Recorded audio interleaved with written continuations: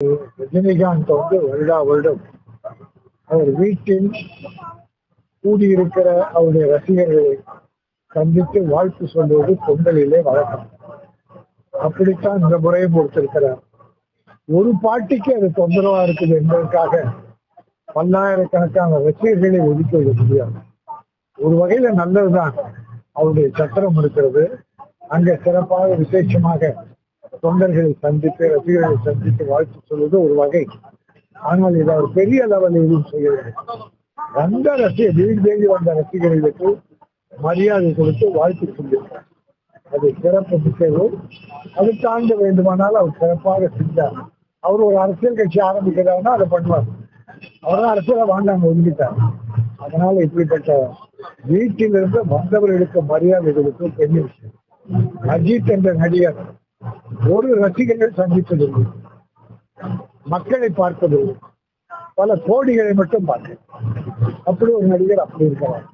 விஜய் ரசிகர்களை சந்திக்கிறார், பரிசு தருகிறார், விருது வழங்குகிறார்.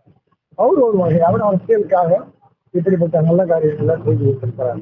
ஆக அவர்கள் மனம் போன போக்கிலே பல காரியங்கள் செய்கிறார்கள். ரஜினிகாந்த் அவர்கள் ரசிகர்களுக்கு வாழ்த்து சொன்னது நல்ல விஷயம். நன்றி கட்டம். ரவிவேலுக்கு நன்றி என்று ஒன்று என்றால் விஜயகாந்தை நிச்சயமாக அந்த இறுதிச் சடங்குகளை கலந்திருப்பார். இல்ல ஒருவேளை இங்கதான் இருந்தார், காலி கிராமத்தில் தான் இருந்திருக்கார். ஆக அது அவருடைய நன்றி இல்லாத உள்ளத்தை காட்டுகிறார். பட் விஷால் கதறி எழுதார், சூர்யா கதறி எழுதார். அது கூட சில நடிப்பு என்றார்கள். இதெல்லாம் நடிப்பாக பார்க்கிறார். வந்தார்கள், அன்றைக்கு இல்லை, மறுநாள் வந்தார்கள். அந்த இறக்கம் தன்னுடைய வருத்தத்தை அனுதாபங்களை தெரிவித்தார்கள். அது நன்றி உள்ள குணம். நடிகர் சங்கத்துக்கு அவ்வளவு பெரிய காரியங்கள் செய்கிறோம். நடிகர் சங்கத்தை தூக்கி நிறுத்தினர். அவருக்கு எல்லா நடிகர்களும் மரியாதை செலுத்த வேண்டும். மேக்சிமம் தமிழ் திரையுலகமே அவருக்கு அனுதாபம் தெரிவித்திருக்கிறது. அது சிறப்புலாம். விஷால் இப்ப அவர் அரசியல் வர்ற மாதிரி ஒன்றும் அறிவில் இல்லை. ஆனா நல்ல காரியம் கொடுக்கிறது, மற்ற காரியங்கள் நல்லது பண்ணா நல்ல விஷயம். இப்படி நல்லது பண்ணிட்டு அடுத்த வருஷம் கூட அரசியல் அறிவிக்கலாம். ஒருவேளை விஜய் கூட சேரலாம். அது அவருடைய விருப்பம். அது நல்ல காரியம் எதை செய்தாலும் நம்ம வரவேற்கணும். அது அரசியலா பார்த்துக்கணும். அதெல்லாம் குற்றம் எல்லாம் கோர்ட்டு சொல்லிடுச்சா, கோர்ட்ல நீதிமன்றம் அவங்களுக்கு தேடிட்டு இருந்தாங்க. அப்புறம் அமலாக்கத்துறை அவர்கிட்ட விசாரிச்சிருக்காங்க. உண்மையா பொய்யான்னு கோர்ட் சொல்லட்டும்.